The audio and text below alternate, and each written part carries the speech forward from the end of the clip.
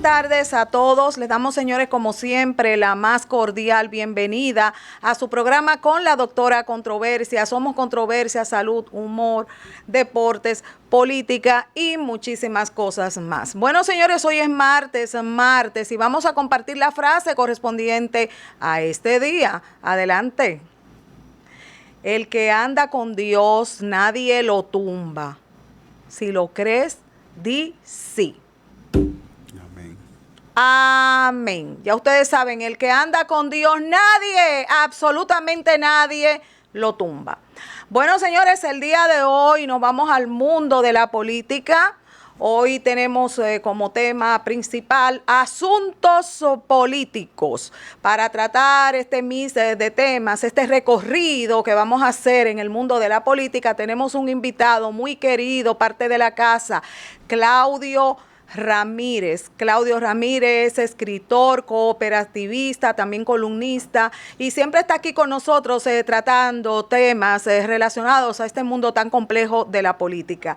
Buenas tardes, Claudio, ¿cómo estás? Bienvenido como siempre a tu casita. Buenas tardes, Cris, muchas gracias. Estamos muy bien, de salud, de ánimo, pero un poco triste por los acontecimientos de nuestro hermano país de Venezuela.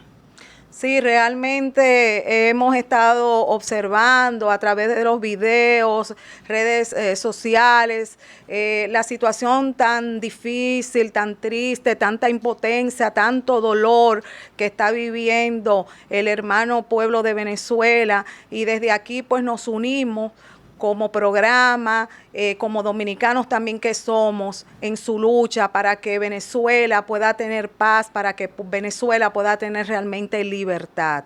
Así que ya tú sabes, es un tema que a todos nos está conmocionando, porque vemos tanta también violación, diríamos, a lo que son esos derechos fundamentales, y una posición realmente, desde mi punto de vista, más que de un dictador. Se le fue la mano al tipo. Sumamente radical, desconcertado, descontrolado, desbordado. O sea, ha sido una situación triste, penosa. Puede compararse con algunos dictadores, tanto de nuestro país como de América Latina y del Caribe. Pero creo que ha sobrepasado los límites de esos dictadores. Ha sobrepasado, o sea, el exceso de deseo de poder, el exceso de controlar, ha desbordado incluso el pueblo venezolano. Sí, sí, exactamente. Todo el mundo lo sabe, pues realmente el desastre, ese fraude que no tiene precedentes, considerado uno de los fraudes más grandes de toda el área, Latinoamérica, etcétera. Y realmente pues este señor pues continúa su posición, y vamos a ver hasta dónde él cree que puede llegar manejándose con todas estos desaciertos. Sí, claro, ese afán por tener poder ha generado en la hermana República de Venezuela un cambio drástico de ser una potencia económico-social, petrolera, turística, a ser una tierra de nadie, por decirlo así. Que eso los propios venezolanos no le interesan, o sea, se han convertido en una tierra migratoria, porque a los venezolanos lo que les interesa es salir de Venezuela. No tienen comodidad, no tienen la libertad de expresión. Los derechos que tú adquieres cuando naces no lo posees actualmente. Sí, hay algo muy importante que he observado, que el pueblo venezolano pues ha descansado en la oración, en Dios, y esto realmente es muy importante porque Dios es poder y Dios va a dar solución a este problema. Yo descanso en eso. ¿Y tú, Claudio? Sí, claro que sí, es el único que lo puede todo, es el único que puede guiar, organizar, orientar y concientizar tal vez a la persona o al pichón no pichón de dictador, este es un dictador converso, o sea, un doble dictador, un dictador al cuadrado. Sí. Vamos a preguntarte lo siguiente, vamos a iniciar con una pregunta fuerte. ¿Es cierto que los dictadores no se sacan con votos? Bueno, los dictadores son personas que aprovechan los escenarios para irse colando, hasta posesionarse. O sea, aquí tenemos el ejemplo de Trujillo. Trujillo empezó en la milicia. Casi todos los dictadores, eso es importante conocer, que los dictadores provienen siempre del área militar. Vienen desde ahí y su fundamento, su normativa va arraigado a órdenes sobre órdenes, o yo soy, no soy. O sea, yo soy y tú no eres, los demás no son. Y ese arrastre militar político es el que convierte a las personas o saca a las personas de contexto y lo lleva a una ruina, a un empoderamiento de procesos que entienden que son los dueños absolutos de la cosa. Sí, hay un punto que veo muy complicado y es el asunto de él apresar a esos líderes importantes opositores. ¿Cómo tú ves esto? Eso es un síntoma de desesperación. Yo lo veo como un síntoma de desesperación y a la vez lo veo como un síntoma de opresión al más alto nivel. Recordemos en nuestra era de Trujillo, que siempre hay que citarlo porque es la que hemos vivido, todas las personas que tenían un grado de intelecto importante eran o tú eras mío o te apreso, o te saco del medio, te quito. O sea, vemos las hermanas Mirabal, vemos ese grupo de personas que desde que tenían un grado elevado de educación, de formación, de conciencia, eran quitados del escenario si no pertenecían al régimen. Y eso está pasando ahora mismo en Venezuela. O sea, ya se desbordó el río. O sea, el tú empezar a apresar líderes de la oposición, personas que tienen un liderazgo, que arrastran personas, que arrastran militantes, te está diciendo a ti que tú estás en un síntoma de desesperación o cruzaste la barrera de los límites mentales. Sí, también hay un punto importante. Hemos observado en los videos a algunos militares o militares que se están quitando, señores, el uniforme para unirse al pueblo. ¿Qué opinas? Bueno, eso es triste, que tu propio entramado militar, tus propias agencias militares empiecen a concienciar o a decidir impactar sumándose al pueblo. Es fruto de los abusos, de los atropellos, de que ellos entienden que va más allá de una candidatura política, de una candidatura presidencial, de un liderazgo, va más allá y ya el pueblo en sí, no solo el pueblo venezolano, sino el mundo, Latinoamérica, ha entendido que los abusos que se están llevando ahí transgreden ya la línea de los derechos fundamentales, de la libertad de expresión, que está siendo muy lacerada. O sea, está fuera de control y estos militares, eso es un peligro para el gobierno actual, que decide perpetuarse si la militarización o los militares entienden que está desafecto, son la única fuente que puede derrocarlo, quitarlo y sacarlo definitivamente de la presidencia de la República. Pero Maduro, cuando se ve en los videos, se ve como asustado. ¿Tú no te estás dando cuenta? Bueno, es que tiene por qué.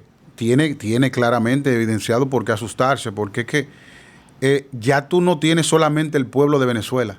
Ya tú tienes toda Latinoamérica. La comunidad internacional. Y tienes las comunidades internacionales, tienes los organismos internacionales que ya están siendo tocados. Incluso ya 7 países latinoamericanos han tocado la puerta de esos organismos internacionales con miras a que observe, a que entre en funcionamiento, que su rol lo juegue ante esta situación que está un poco descontrolada, desbordada. O sea, todos los derechos humanos, los derechos fundamentales están siendo violados para los venezolanos, que tienen un derecho radical, un derecho tradicional a ejercer su voto y a decidir por quién. Claro. O sea, a veces mucha gente cuestiona nuestro país, por ejemplo. Nuestro país goza de una libre democracia. O sea, lo vimos en el 20, el país se cansó del PLD. Bueno, te vamos a sacar. Así mismo pasa, si se cansan del PRM, lo van a sacar también. Sí. Y no hay ningún tipo de opresión. Créeme que aparte de toda esta situación que está ocurriendo, está llevando también un mensaje a los gobernantes. Sí. A los que quieren perpetuarse. De que tienen que hacerlo bien y que el que se quiere quedar, por más de lo debido, vienen situaciones, porque claro, ya los países no están en eso. Yo entiendo que, por ejemplo, nuestro país ha dado un ejemplo interesante, al igual que El Salvador, y ha motivado a algunas de las comunidades cercanas a que las cosas hay que hacerlas. O sea, claro, el ejemplo que dio Dominicana en el 20 y que también se dio en El Salvador, de personas que a lo mejor entendíamos que no tenían el arrastre para ser candidato en su momento, el pueblo decidió cambiar y ver cuál era la normativa que iba a traer este nuevo incumbente. Y es lo que está pidiendo Venezuela. Es una nueva cara, un nuevo rostro, una nueva persona. A ver qué ideales, qué propuestas nuevas trae.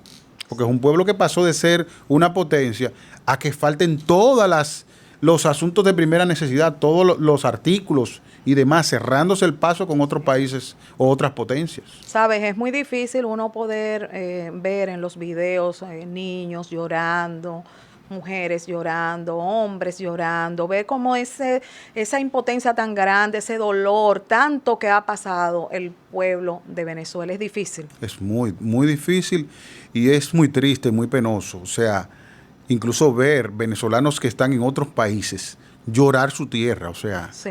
he podido evidenciar incluso en medios de comunicación que presentadoras y presentadores de televisión han llorado su pueblo y también han agradecido a la comunidad dominicana que ha apoyado de manera directa el avance, el renacer de Venezuela, que vuelva a ser lo que era antes. Yo recuerdo que hace tiempo nosotros los dominicanos íbamos mucho a Venezuela porque era un país próspero, era un país interesante por el nivel académico, las fortalezas del turismo y, como te dije, una potencia petrolera, o sea, la potencia petrolera del Caribe, de América Latina, el principal proveedor de los productos del petróleo que podíamos tener cercano. ¿Cómo tú evalúas ese punto del romper las relaciones con RD y otros países? Yo creo que ese fue otro desacierto de Maduro, porque al final nosotros, los demás países, lo que emitimos son opiniones, no tomamos decisiones. Y lo que toman decisiones son los venezolanos y la tomaron. Sí. O sea, el pueblo se volcó en contra de Maduro. El pueblo se volcó en contra de un gobierno dictador, un gobierno opresor.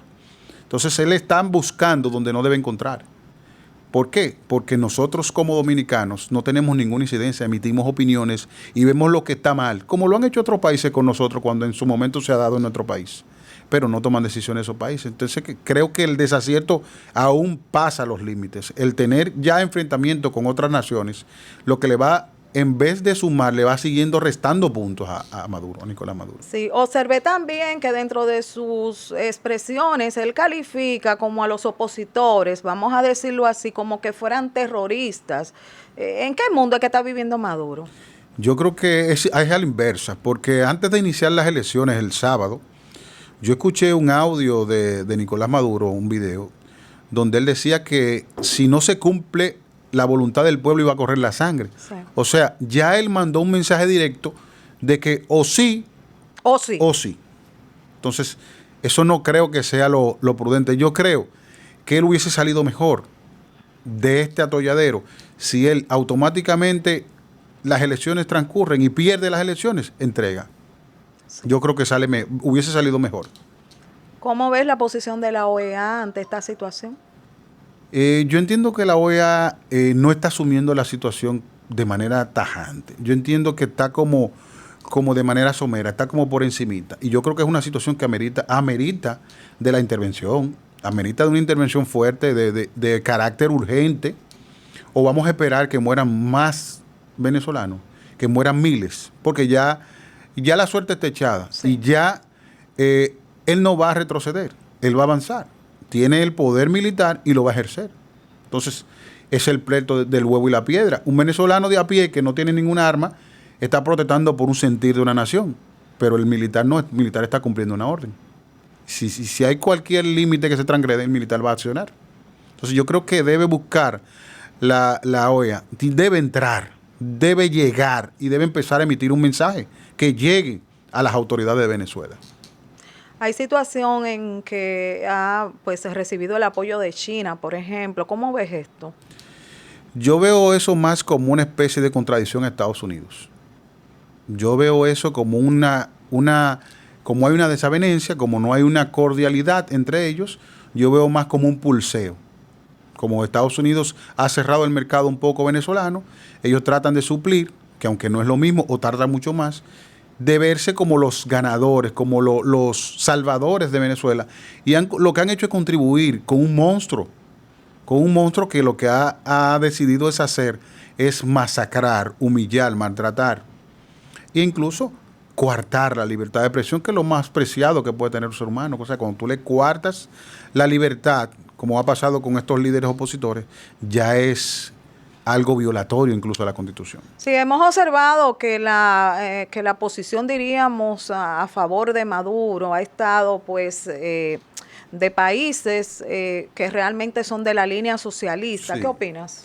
Sí, el socialismo va directamente arraigado a enfrentar el capitalismo estadounidense. Si tú te fijas, Los países que van enmarcados en ese proceso son países que terminan lacerados en la miseria, que por una idea anacrónica que tienen los líderes que lo dirigen, no permiten el desarrollo, el avance. Si vemos el caso de Cuba, hace poco tiempo que a Cuba entró el Internet, muy poco tiempo. Entonces te dice a ti que mientras otros países ya están desarrollados, yo, por mi mentalidad atrasada, mi mentalidad retrógrada, no permito que las cosas avancen.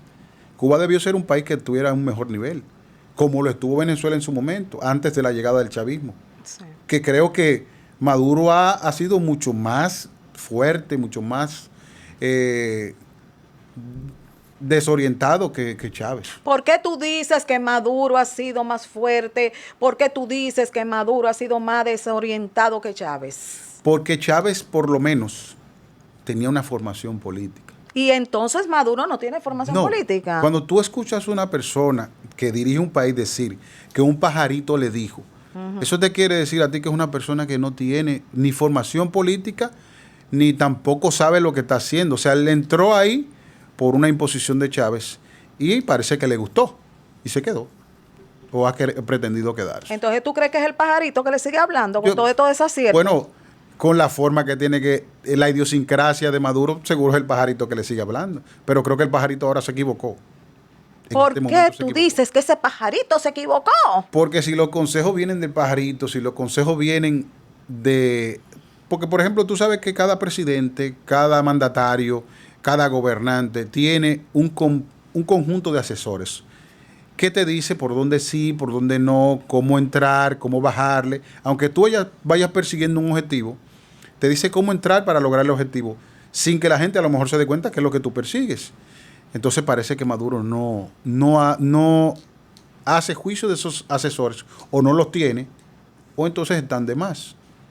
Bueno, señora, vamos a compartir un material relacionado sobre esta situación tan lamentable que está ocurriendo en Venezuela. Adelante.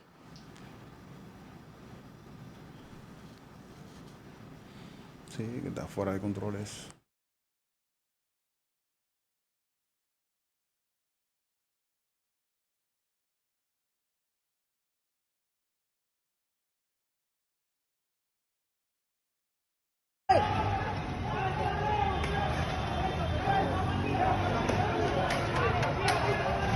Dale, pues ya, sale un palazo. Uy. Dale.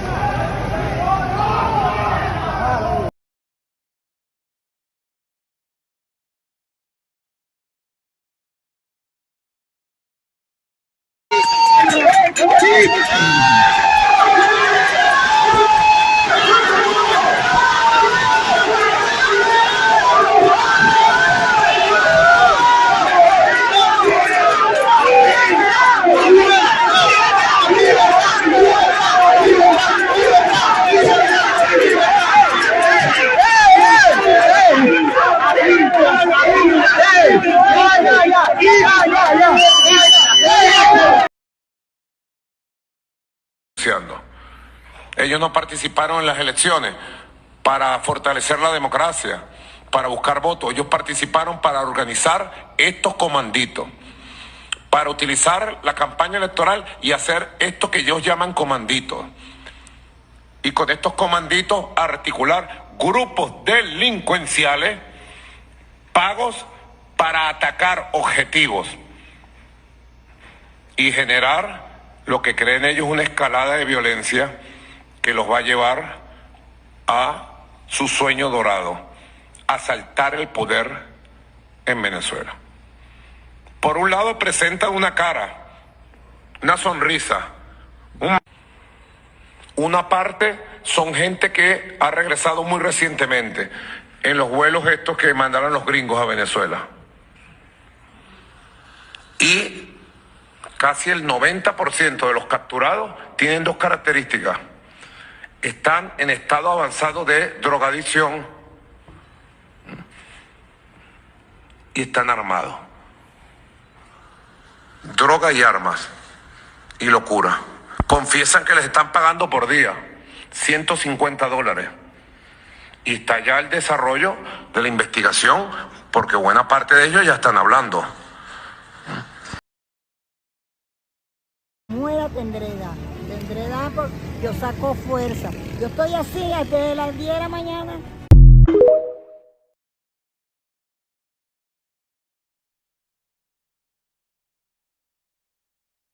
El sueño, yo creo como que es él que lo tiene. Yo creo que él se quedó durmiendo. Él Se quedó en el mundo de Walt Disney. Sí, él habla de una supuesta democracia. Parece que el compañero Maduro no conoce la definición de democracia. Parece que no la conoce porque habla de una democracia, un pueblo que ha sido oprimido, que todos los venezolanos, que los hemos visto aquí en Dominicana, que son muy trabajadores, Sí. son muy... Amén de que hayan otros, como en todos los países, que tienen otro esquema, pero son muy trabajadores y muy responsables. Entonces, ver que él diga que hay mucha delincuencia, que son pagados. Entonces, esa señora de 80 años Sí. es una delincuente.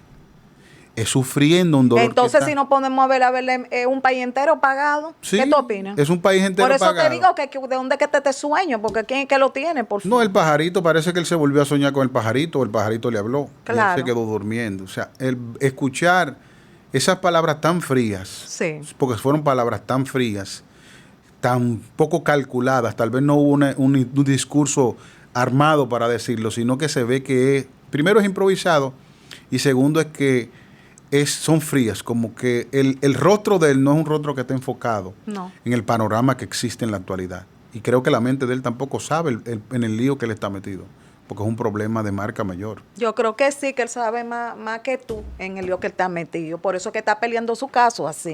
Yo Bueno. lo veo distante a ti. Sí. Todo lo contrario, él sabe que se la está jugando.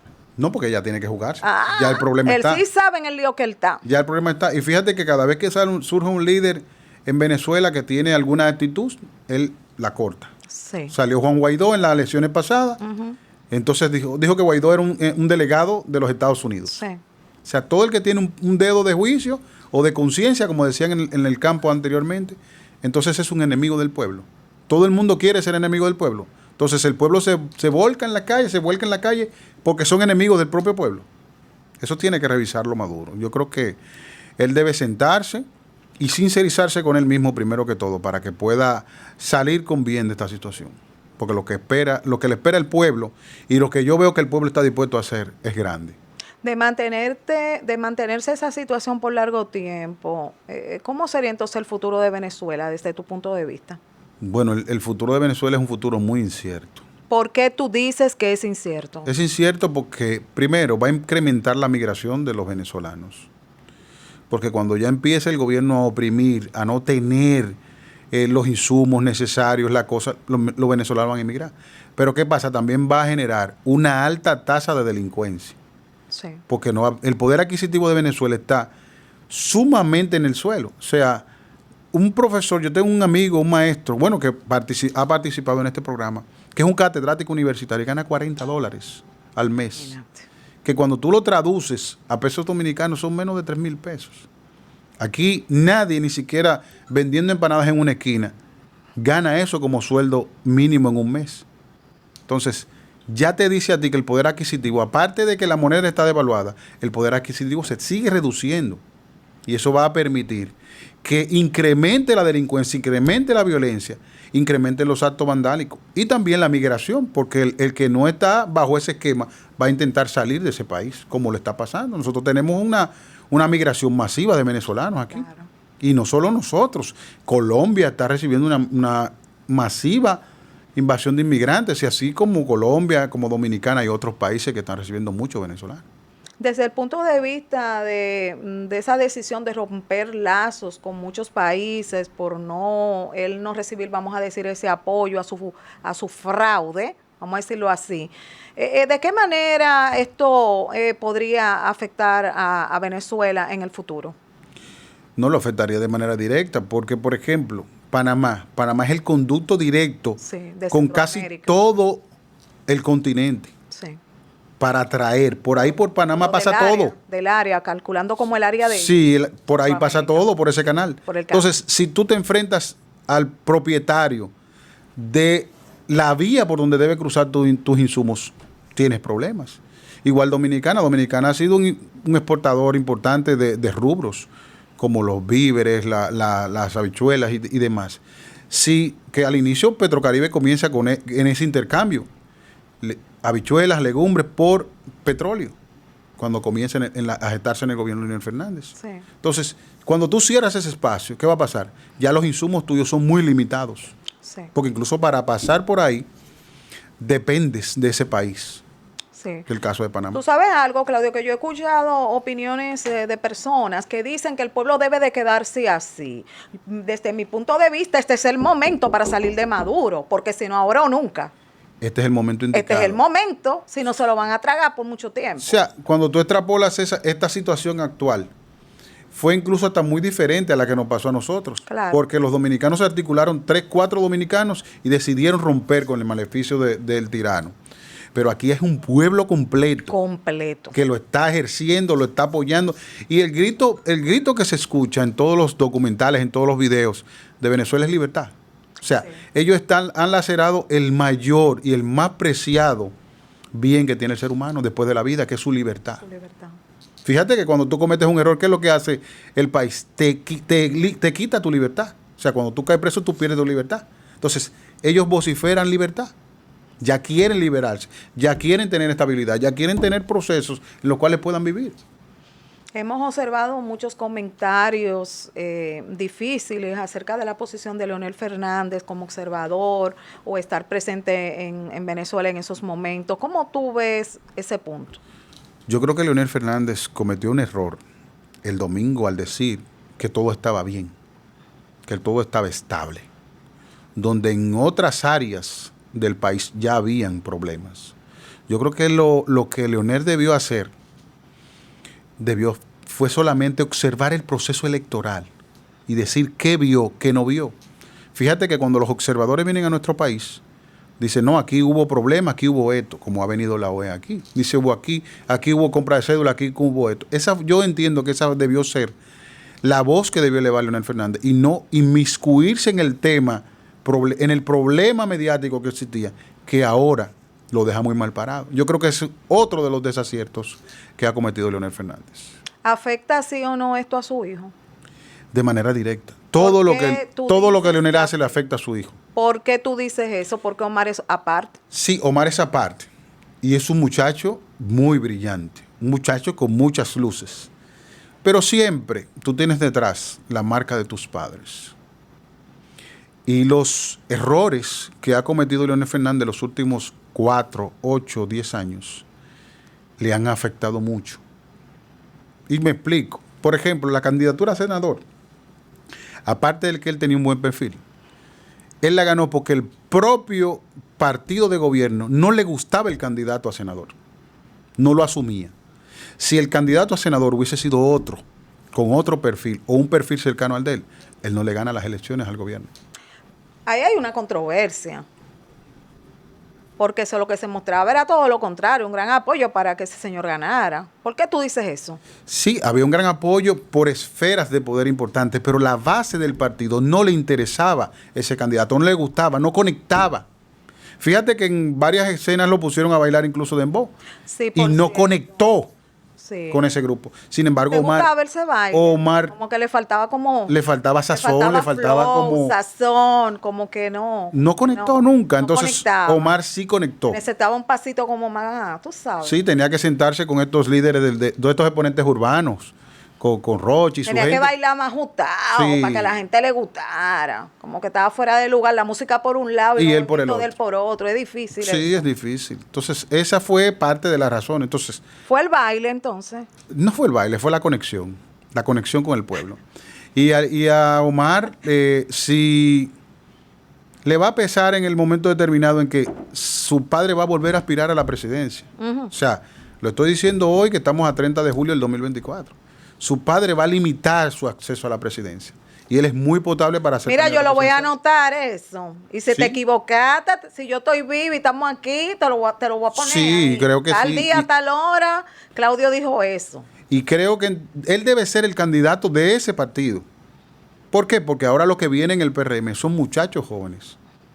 Y para poder competir con ese entramado va a tener que ser una persona con ese nivel.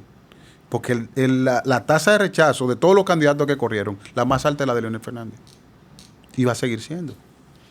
Porque los muchachos jóvenes no conocen, no se han conectado con Leonel. Los muchachos jóvenes conocen a David Collado, conocen a Carolina, conocen a Omar, conocen a Wellington Arnold. Ese es el esquema que tienen la mayoría de los muchachos jóvenes. Las personas que representan la oposición, dice Maduro que serán sancionados severamente. ¿Qué tú opinas sobre ese puntazo? Creo que ahí vuelve el tema dictatorial, ahí vuelve la opresión, el sesgo a la libertad. O sea, ¿cuál es la razón por la que tú vas a castigar a esas personas? Cuando tú armas, por ejemplo, como le llamamos aquí un expediente, ¿qué va a contener ese expediente? Como hacía Trujillo, que decía, si tú no me llevabas a tu hija, yo entonces te mato a ti. Si tú estabas en contra del gobierno, yo te mato a ti. Ese era el expediente que te iban a construir. Ese es el expediente que le van a construir a la oposición. Que están dirigiendo un entramado que quiere cambiar el destino de Venezuela. Ese es el expediente que le van a construir. El cambio de dirección del país. ¿Qué lo necesita Venezuela?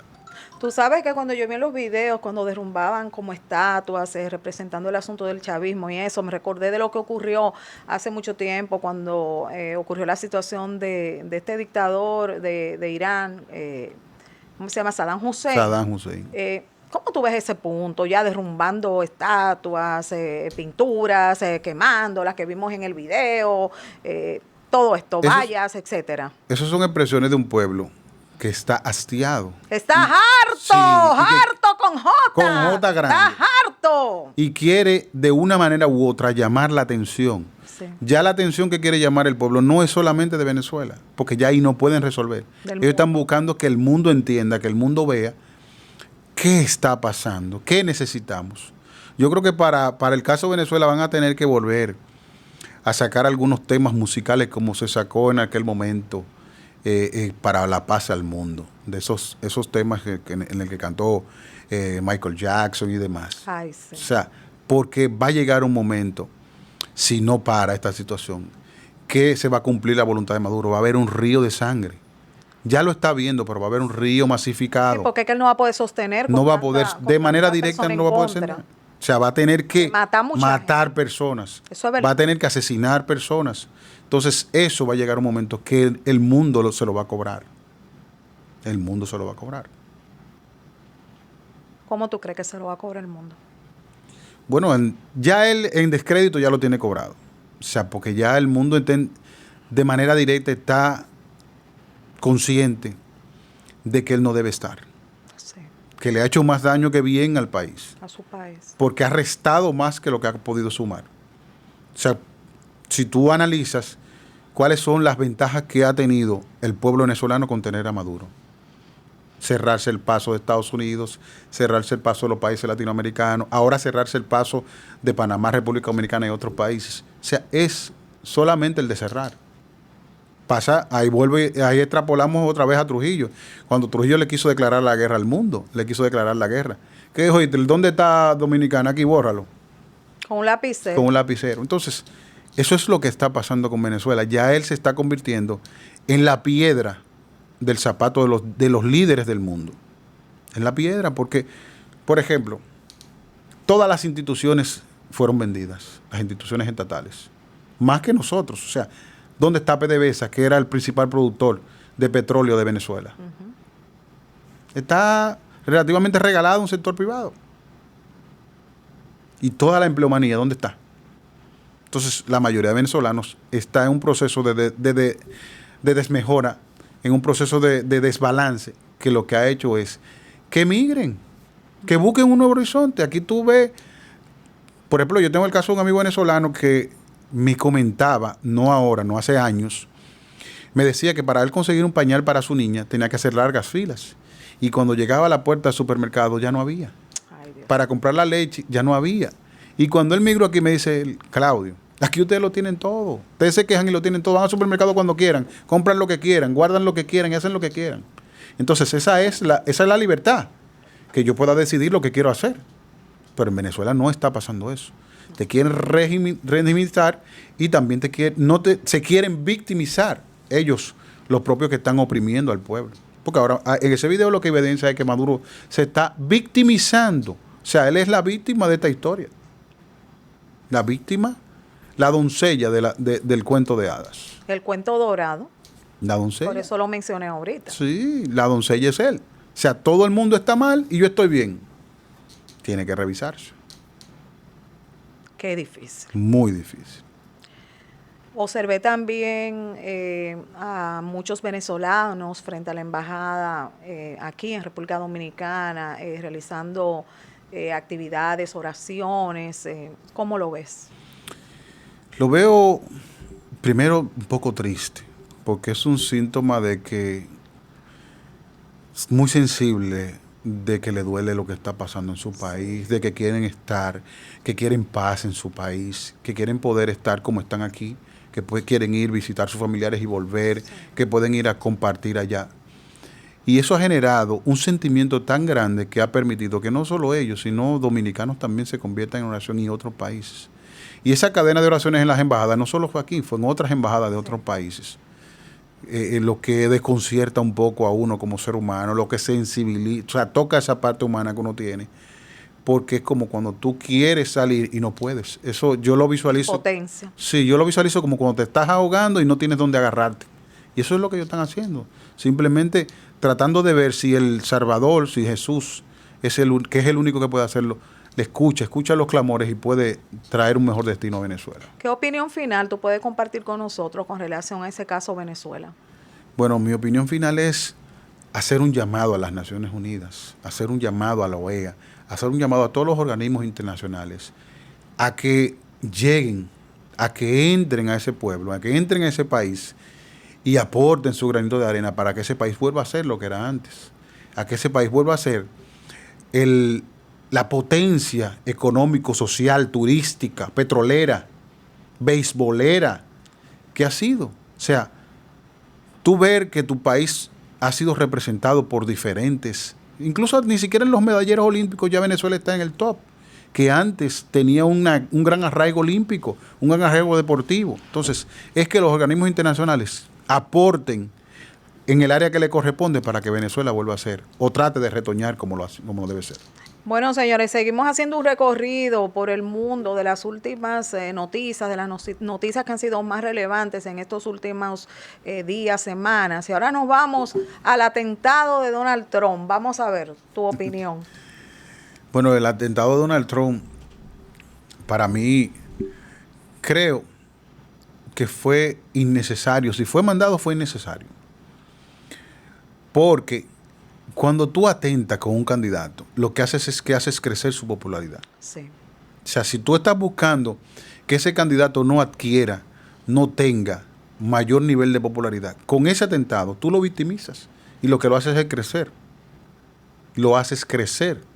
Y eso pasa a que el pueblo le tome más cariño. Entonces también conviertes a tu partido, si fue enviado, conviertes a tu partido como una especie de entramado que lo que genera es repudio ante la sociedad. ¿Por qué dices eso? Porque si fue causado, entonces yo como ciudadano entiendo que los intereses que se deben mover en ese partido están sesgados. O sea, es querer de manera obligatoria, es querer entrar de manera directa, sin tener que pasar un filtro. Donald Trump ha sido una persona con muchas controversias a lo largo de Estados Unidos, pero tiene una luz que a los norteamericanos les gusta.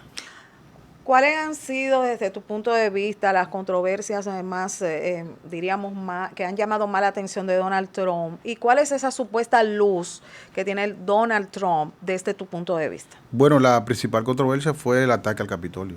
Esa fue la principal y el más grande desacierto. Si él no lo dirigió, le afectó. Y si lo dirigió, creo que fue una mala decisión. Por eso te digo que cuando tú te embarcas en hacer una cosa con un candidato específico, con un presidente específico, eso tiene dos direcciones. O te afecta o te beneficia. Entonces, en este caso, ese ataque al Capitolio lo afectó muchísimo en su momento. Lo afectó, incluso hay rastros ya con los juicios y las audiencias que se le han ido llevando. Todo eso él va a tener que pagar por eso. Todo eso va a tener que pagar por eso.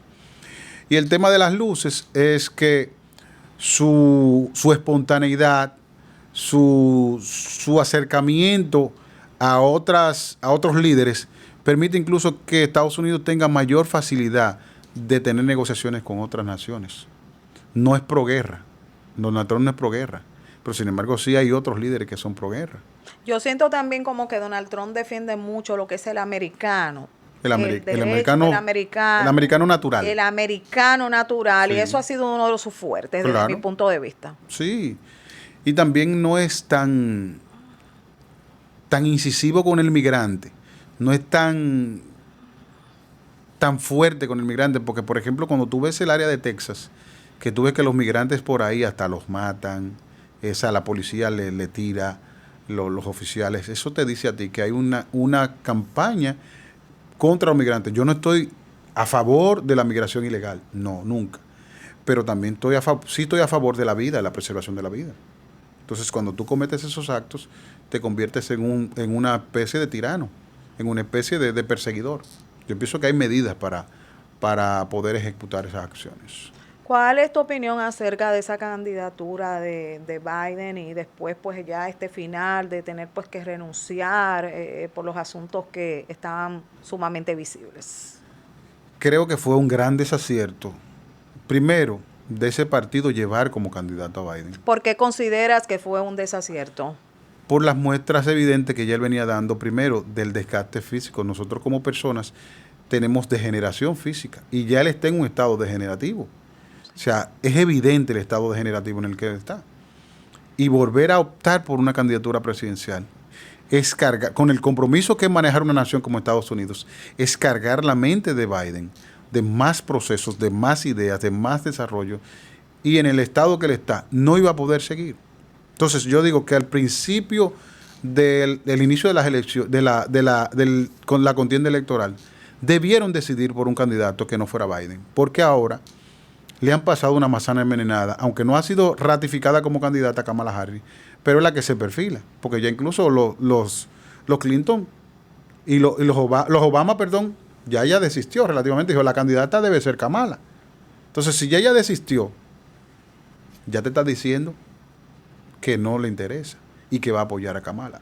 Pero Kamala tiene un espacio de tiempo muy corto. Eso te iba a decir, ¿le pasa factura este espacio de tiempo a ella? Mucha factura. Porque ahora ella tiene que conectar con el pueblo, tiene que empezar a presentar sus propuestas, tiene que empezar a presentar cuál es su esquema de gobierno que va a traer, para que entonces el pueblo le pueda comprar, el país le pueda comprar sus ideas. Fíjate que y aparte de eso, tú sabes que en Estados Unidos es por ley que hay un debate. Sí. O sea, es un debate por ley. Entonces, tú vas a empezar a debatir ahora, que ya Biden y Trump debatieron. O sea, ya tú tienes un camino que se te está quedando corto, muy corto, porque ya el otro ya lo recorrió. Ya Trump ha caminado ¿cuántos estados? Muchísimo. Y aparte de que tiene una ventaja, es que ya fue mandatario. O sea, ya él fue presidente. Ya él tiene un esquema sólido y tiene la experiencia de cómo adquirir la aceptación del pueblo. Si desde el principio hubiera sido ella, hubiera sido más difícil para Trump obtener la presidencia. ¿Qué opinas? Creo que la contienda iba a ser un poco más cerrada. ¿Por qué? Primero, porque es una cara más fresca. Primero, segundo, es mujer. Y ya hay una tendencia que han empezado a salir presidentas, mujeres. Y pudiera ser que Kamala hubiese tal vez conectado, porque tiene una gran aceptación. Kamala ha conectado muy bien con el pueblo estadounidense. Tal vez hubiese sido la persona que se necesita para que se termine de descollar que las mujeres pudieran ser presidentes en otros países del mundo. O sea, el tener una presidenta mujer en Estados Unidos iba a desenlazar que en otros países se viera como bueno y válido que una mujer dirigiera. Eso iba a ser importante, ver ese proceso. No podemos dejar de tocar el punto del debate que ocurrió entre Donald Trump y Biden. ¿Cómo tú viste ese punto? Vamos a ver. Ese debate yo lo vi un poco... no vi el contenido lógico, lo vi más como una especie de discusión directa entre ellos. ¿Por qué dices que era discusión y no debate? Porque se veía como un enfrentamiento. Personal. ¿Por qué tú dices que era personal? Porque las insinuaciones, los ataques iban directo a las personas. Y yo creo que en un debate lo que se debe tratar son los temas que yo voy a colocar en la palestra en el momento si yo asumo la presidencia. O sea, un debate interesante, que en esta contienda electoral fue uno de los brillos que tuvo las elecciones dominicanas, fue los debates. Y eso fue un plus adicional, porque pudimos ver jóvenes que no solo como mal, sino que vimos otros jóvenes de otros partidos que tienen grandes luces y que se prestaron a decir que estaban a disposición de presentar sus propuestas al candidato ganador. Entonces, ese fue el gran éxito del debate dominicano. Y la derrota del debate estadounidense se fundamentó en esa confrontación directa entre uno y otro. Ese ataque directo, como si se vio como si fuera una especie de discusión personal por un terreno, por una casa, por un familiar. Eso fue lo que se vio, como una discusión de barrio, por decirlo así. Un chisme de barrio, Sí. tú quieres decir. Ay, no relaje, muchachos. Así fue que lo pude palpar. Wow.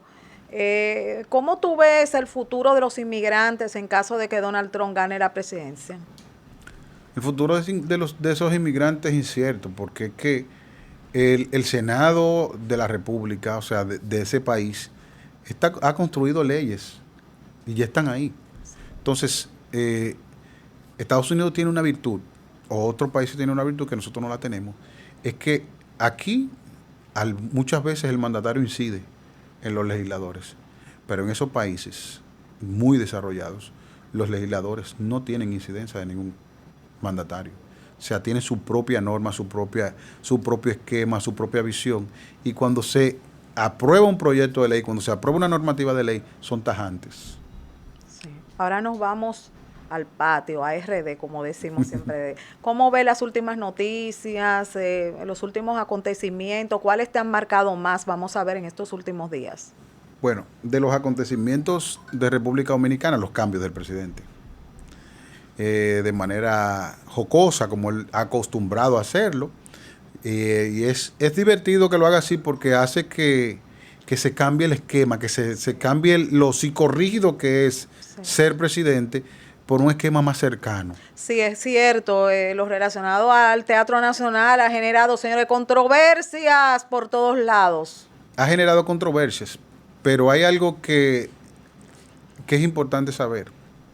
El escenario no es la asamblea son los miembros. Los miembros. Entonces, eso es claro, eso debemos tenerlo claro. No es el salón del Congreso, es el entramado del Congreso. Los miembros. O sea, no entiendo por qué eso tiene que llamar tanto la atención. Llama porque es diferente. Llama la atención porque nosotros estamos acostumbrados a las cosas esquemáticas y no a los cambios, no a las transformaciones, no a la modernización. Y esto es lo que ha querido traer el presidente de la República. Por eso te hablé de los decretos, que es una de las cosas que más me ha gustado. O sea, yo no tengo que estar parándome un estrado para decir, mira, voy a quitar fulano para poner a fulano. No, yo te lo mando en un tweet, te lo mando por Instagram, te lo mando por un asunto por ahí, y ya llegó. Entonces eso de cambiar la sede no tiene ninguna importancia, porque anteriormente en el gobierno de Trujillo se hacía en San Cristóbal. Entonces, se ha hecho. Lo que pasa es que a veces, para decirlo así, la oposición magnifica el proceso que está haciendo el presidente de turno. Lo hacen cuando es uno y cuando es otro. Eso es como el tema que yo siempre saco a colación. Tú dices, una alcaldía X de cualquier demarcación, que el alcalde no recoge la basura. Y yo siempre le pregunto a ese ciudadano, ¿y qué tú haces para que no haya basura? ¿Cómo tú contribuyes al desarrollo del pueblo para que no haya basura? Nosotros somos los que tenemos que empezar a construir un país. No son los que lo dirigen, porque ellos son uno. Ahora nosotros somos el resto. Es nosotros contribuir. Un ciudadano tiene derechos, pero también tiene deberes, que es a donde tenemos que enmarcarnos. ¿Cómo ves el papel de la juventud, el papel de la mujer en la política dominicana? El papel de la juventud lo veo muy fuerte y muy firme, porque los jóvenes han decidido incursionar en la política. Los jóvenes han decidido participar. O sea, tenemos en el ayuntamiento del distrito, tenemos una regidora con 19, 20 años. Te dice que hay interés. Cuando nos vamos al mismo caso de Omar, te dice que la juventud está permeando.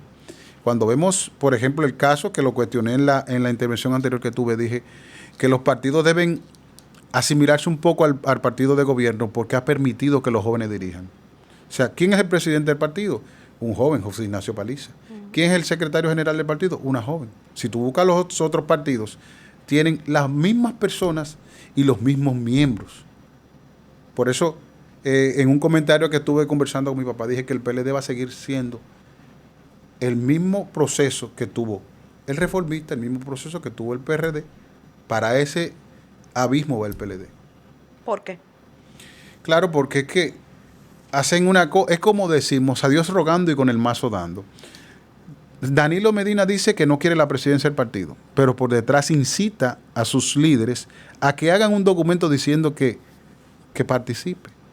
Empiezan los cuestionamientos a Amarante Baret y a los que no quieren que él sea el que dirija. Entonces, vamos a permitir que un joven de eso ocupe la presidencia del partido. Ahí tienen jóvenes muy valiosos. Ahí tienen a Juan Ariel Jiménez, tienen a José Dantes Díaz, tienen a Johnny Pujols, tienen a Karen Ricardo. O sea, hay un entramado de juventud que tiene hambre de participar, que tiene hambre de hacer cosas, pero no se le permite. ¿Por qué no se le permite? No se le permite porque yo llamo, al comité político yo lo llamo,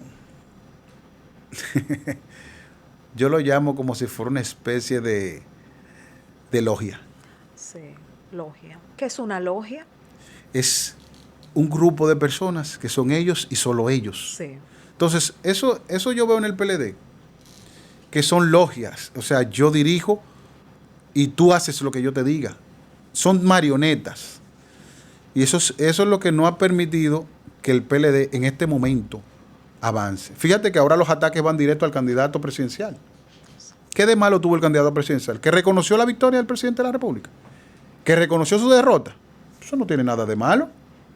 Tú tienes que ser justo, porque tú fuiste en una competencia a dos cosas, o a ganar o a perder. Perdiste, tienes que reconocer. Vamos a llegar al punto de hacer como está haciendo Maduro.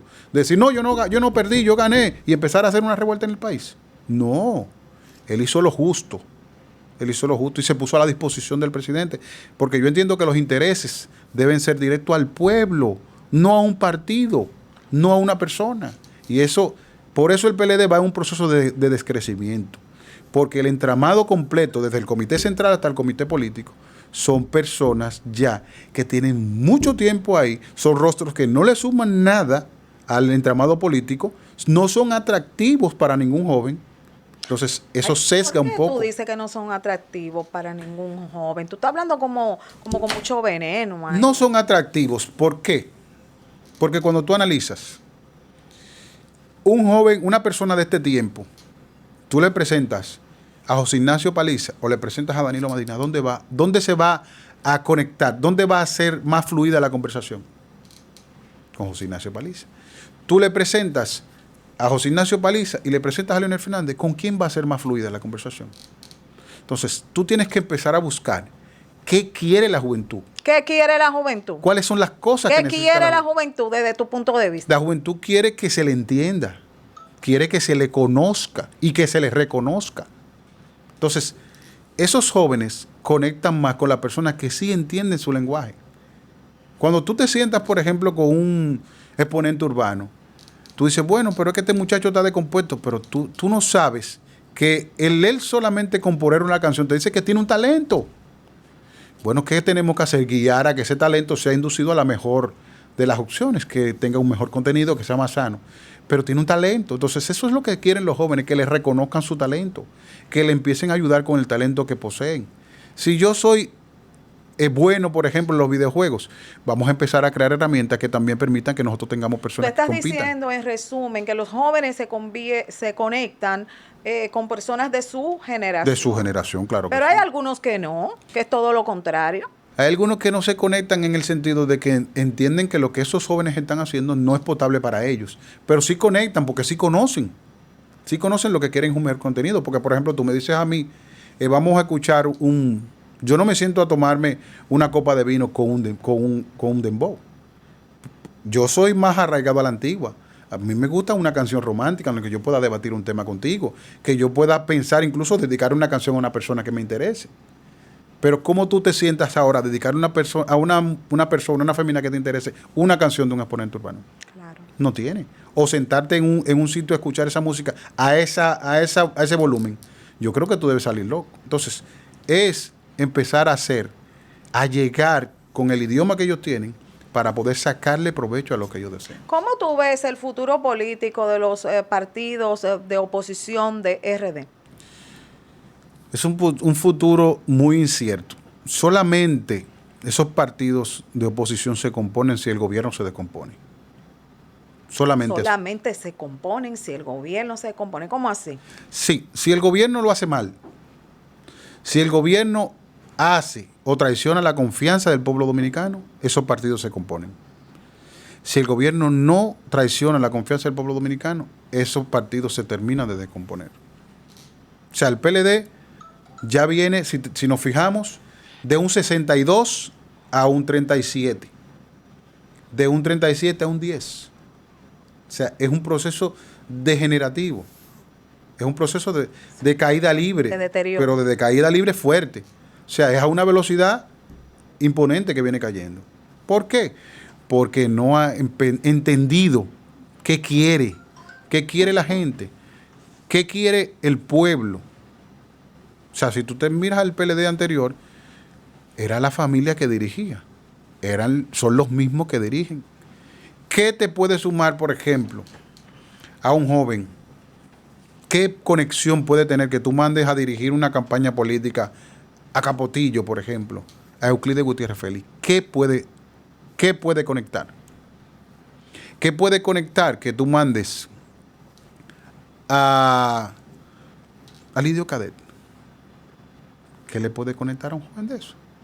¿Qué le puede aportar a un sector, a una demarcación que tú mandes a Cristina Lizardo a conectar con ellos? Yo te aseguro a ti que cumples más mandando a Karen Ricardo que a Cristina. ¿Por qué? ¿Por qué tú dices eso, muchacho? Por el nivel de acercamiento que han tenido. Ya estos líderes jóvenes, como Cristina, como Juan Ariel, como Johnny Pujol, han tenido acercamiento con los barrios y saben cuáles son las carencias, saben cómo tirar una pelota de baloncesto, saben cuál es el sentir de ese sector, cuál es el sentir de ese barrio, cuál es el sentir de esa demarcación. Pero cuando tú le mandas a una persona que, aparte de que es bien formado, que no se le puede quitar, es tosco. ¿Qué? Es tosco. Ay, espérate, no va a conectar. Espérate. No va a conectar. Pero espérate, eso hay que beberse un vaso de agua. ¡Tosco! Claro que ¿Cómo sí. así? Claro que sí. Esa represión que hay contra Abel Martínez es una torpeza del PLD. ¿Por qué? Porque si tú te despegas a un candidato que acaba de sacar un 10, lo estás mandando a que se te vaya del partido. Tú estás motivando a que ese candidato, con su entramado, se vaya del partido. Entonces va a venir otra laceración en el partido. Va a venir otro descontento en el partido. Va a venir otra extracción del partido. Y lo vas a mandar, ¿para dónde? Para donde está la esfera de poder.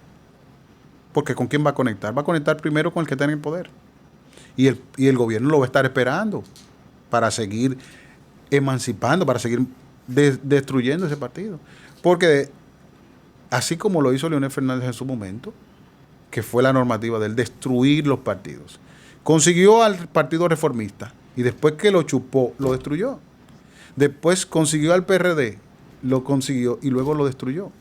Entonces eso le van a hacer porque amor con amor se paga.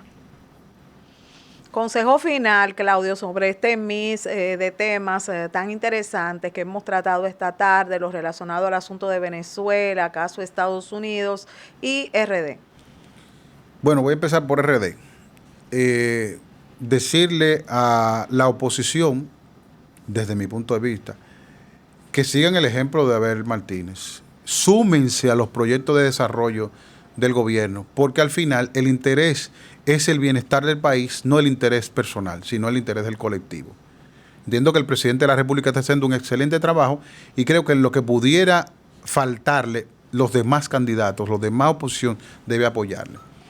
El caso Estados Unidos es que se avecina una evidente victoria de Donald Trump y por una descomposición de ese partido que no supieron asumir claramente quién debió dirigir la campaña de ese partido. Y Venezuela simplemente elevar una plegaria, elevar una oración para que Venezuela salga con bien, para que Venezuela salga adelante y augurarle el mayor de los éxitos y que puedan desprenderse de ese dictador que después de la tempestad, después de la lluvia viene la calma. Yo creo que si se separan de Maduro, la calma llegará a Venezuela y el bienestar llegará también. Libertad para Venezuela.